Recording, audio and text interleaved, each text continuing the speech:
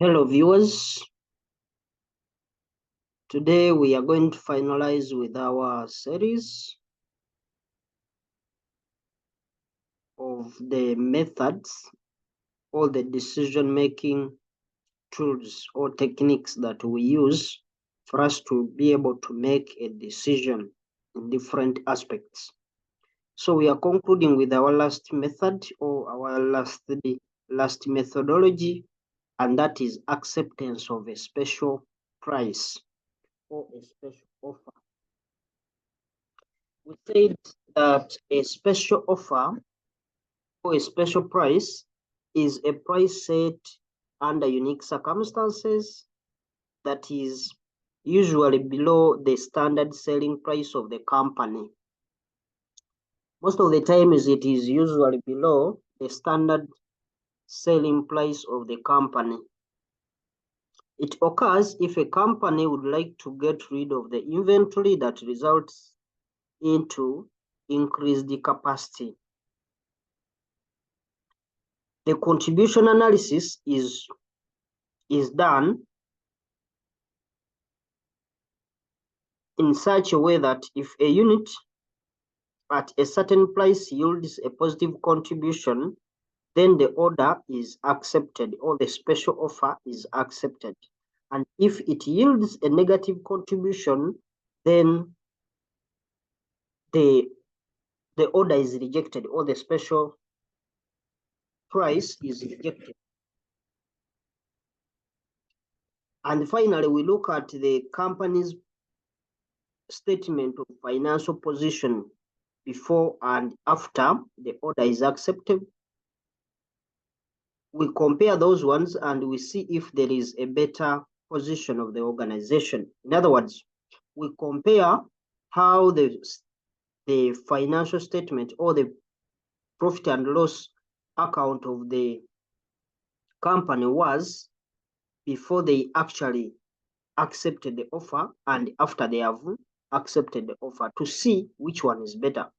If it is better, when you have accepted the offer, then well and good. If it's not, then we have to reject, of course, the special offer or the special price. So a special price, we are saying that a special price is normally a price that is set under unique circumstances. For example, if let's say someone is dealing in plastic materials, let's maybe look at books. We are dealing in books. And you find that maybe because what happens before the beginning of the term or the semester or whatever, for the people or for your target customers, if you are selling these books maybe around the university or around any college, so at the end, at the beginning before the beginning of that semester or a term or whatever, you find that the person is going to stock more books. Let's say you're going to stock maybe 1,000 books, 1,000 books. And you find that each book is going to be maybe, you are going to sell it at 50,000 shillings. And you find that maybe when the term opens up or when the semester begins, you find that you've sold maybe you've sold 990 or 950 books, meaning you have not sold all the stock that you had because you had stocked 1,000 and you have only sold 950. Maybe during by the end of the semester, you find that you have sold maybe 950 books, meaning you have left with 50 books in store as the old stock, or what people haven't bought. So what will happen to that 40 books? Because at the end of the semester, you don't expect anyone to buy those books.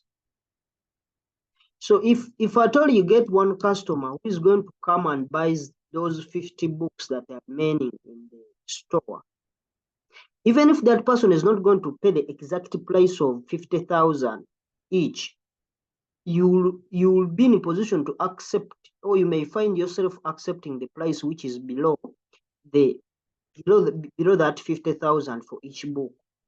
You may find maybe the person is going to give you 40,000 shillings per book. So if the person is going to buy 40,000 shillings, the question would be, are we going to accept the offer, or we are not going to accept the offer? How do you know that you are going to accept the offer and when to reject the offer? We are going to reject the offer if at all the money we are getting, if we compute it, the revenue we are getting, if we less off our variable costs, and you find that it is going to give us a negative contribution. A negative contribution comes in at a point when the variable costs are exceeding the revenue you've got. If the variable costs are exceeding the revenue that we've got, or if we have a negative contribution, we reject the offer. We only accept the offer if at all we are getting a positive contribution. And we say the contribution is revenue less of the variable costs, or it is the selling price per unit less of the variable costs per unit to get the contribution. If we get a positive contribution, we accept the offer. If we get a negative contribution, we reject the offer. That's what we do. So if you've been selling these books at 50,000 and you get a customer who's going to give you for the balance that has remained at the end of the semester, and the person is going to give you 40,000, make sure that you can be able to recover all the variable costs that you incurred.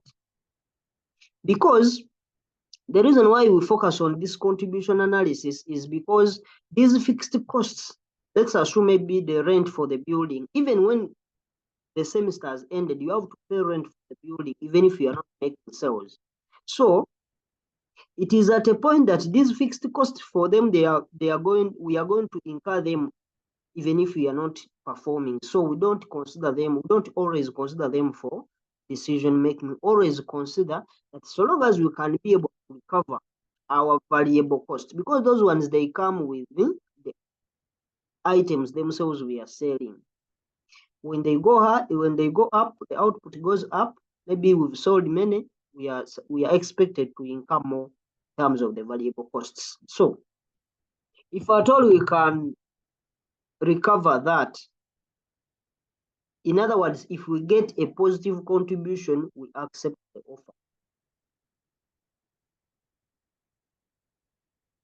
So if you see that the offer or the special price that they are giving you is yielding a positive contribution, it means that you are able to recover your variable cost that you've incurred. Then it means you have to accept that offer. The reason as why you accept the offer price is very simple, because by the time you find maybe your books were not sold, and the semesters may be ending, and you find that you have a lot of money that is stuck there, which can do other things. If at all you can be able to get one customer who can buy everything at once. So we need to sell these books and maybe these goods and find that, because at the end of the day, if you are to keep these books, one, by the beginning of the next semester, they look as if they are old stock. They will look like old stock, because by just keeping them in the store, it means they are going to be deteriorating. In other words, they are going to be depreciating if at all they are depreciable assets. Even the cost of storage is going to increase because we are skipping this. Maybe we are putting security guards to make sure that at least they don't steal the things. We are putting everything. We are monitoring every day the stock. So the costs are going to be high. So we rather sell these, even if you have got cheap, you have got less profits, but at the end of the day, you have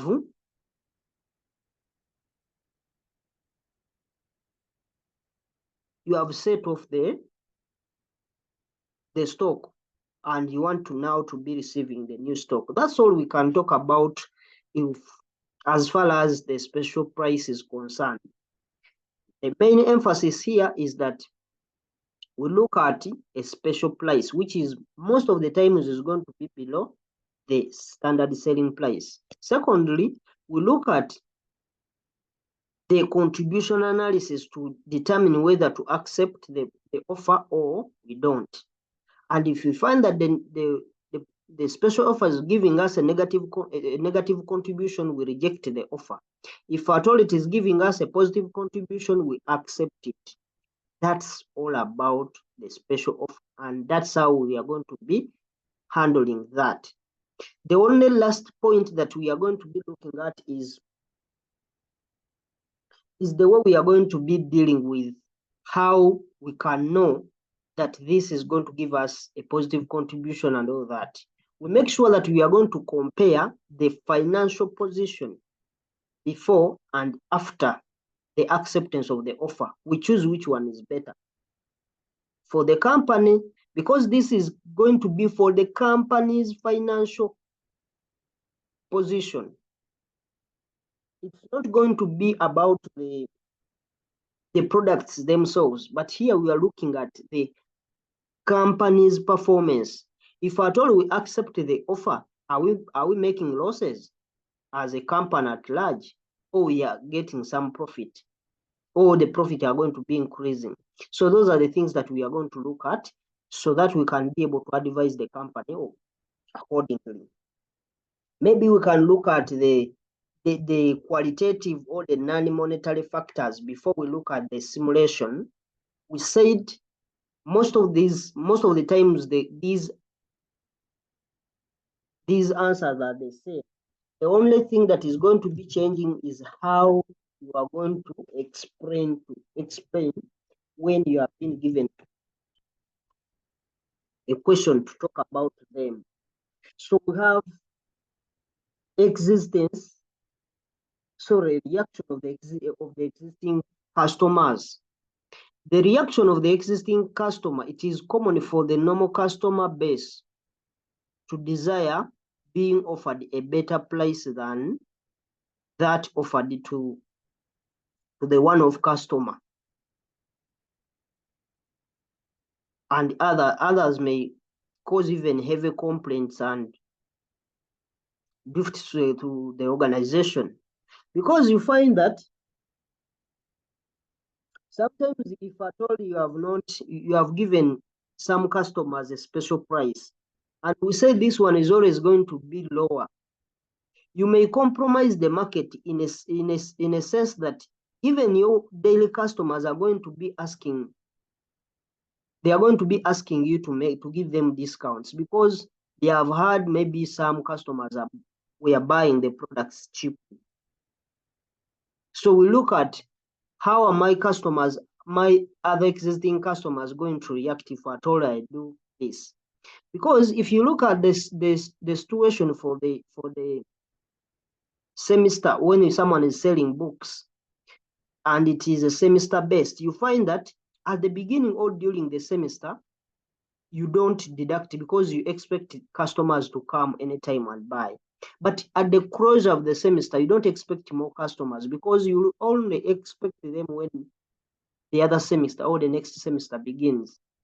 That's why you try to see that you can't compromise anything because even the customers, they are not there. So we look at the second one, the legal formalities and necessities. In other words, it may not be easy for you to legally change the price especially if the product is set, if the price is set by the regulator. If let's say you've been in an industry where the regulation or the regulators are the ones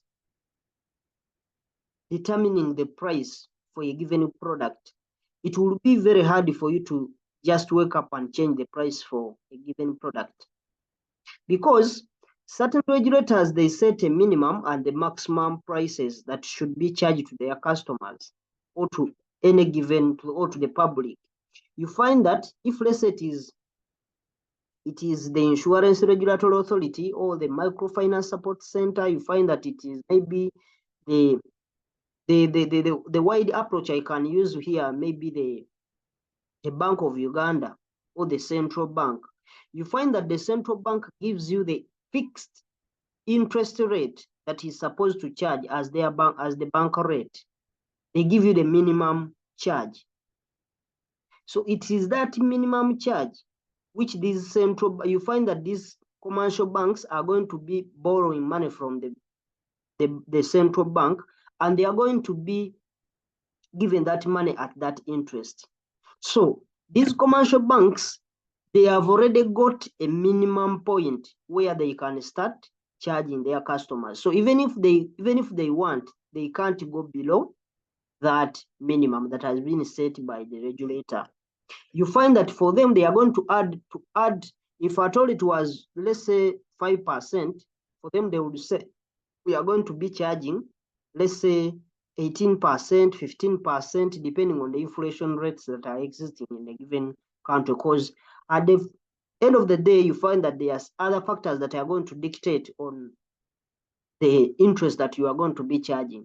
So you find that if it is these regulators, it will be very hard for you to just reduce the price or the rate that you are going to charge your customers. The other aspect is the reaction of the competitors, because what this means is that if you reduce the price, it's like you are also calling your competitors to also do the same, because, and if that happens, we are going to have price wars. You know those price wars that we had in economics. You find that the general price level, we are going to have challenges with the prices. Everyone is going to be reduced, because if you reduce, it's like you are trying to capture all the customers and you are leaving the competitors with nothing. So if it is done in a period where maybe it is during within the semester, it is a period within the semester, you may find these other people, they are also going to reduce the price. So you find that the price is going to be non-stable. The other aspect we may look at, maybe the potential of the special customer falling within the customer base. Because you may decide maybe to sell at a lower price because you want maybe to target that same customer into your customer base. In other words, you try to charge them lower prices. If at all they have been buying from your competitor, you can try to charge them small amounts as a persuading tool for them to come to your customer base. And when they come, you can keep on increasing on a slight pace. But at the end of the day, you have combined all the customers, because this is mainly done with these companies that are launching their own products when competition is high. They come, you find maybe these communication networks, they are giving free lines, but their money for those lines is going to be retrieved when you start loading airtime and all that. So you find your data or minutes moving very fast because you chose free things. You end up having some of those kind. You find that you want to get a more market share, but at the end of the day, you retrieve that money when these people have started operating. Then the last aspect is the partnership. The partnership benefits that may arise out of the special order. Most of the times you find that if, let's say, it has been these football players the influencers, these social media influencers, you find that someone is going to give you these products at a cheaper price, and maybe they are expecting something in return.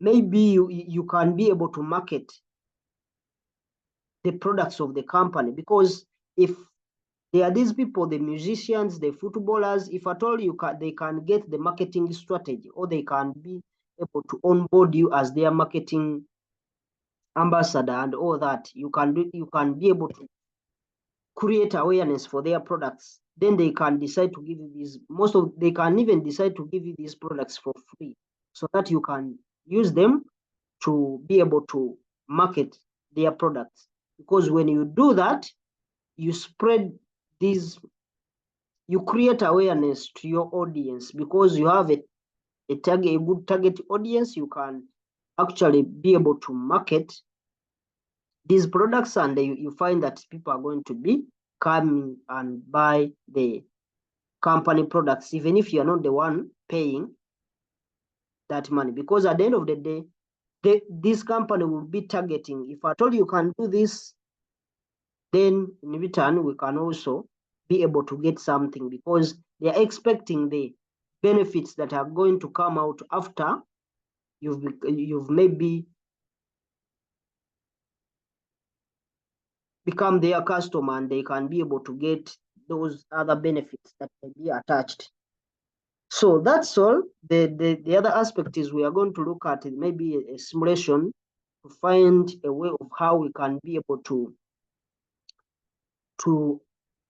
apply the theoretical aspects that we've got to the real numbers that are going to be, or that to those past papers, and we see what we can be able to do. That's all that we are going to look at.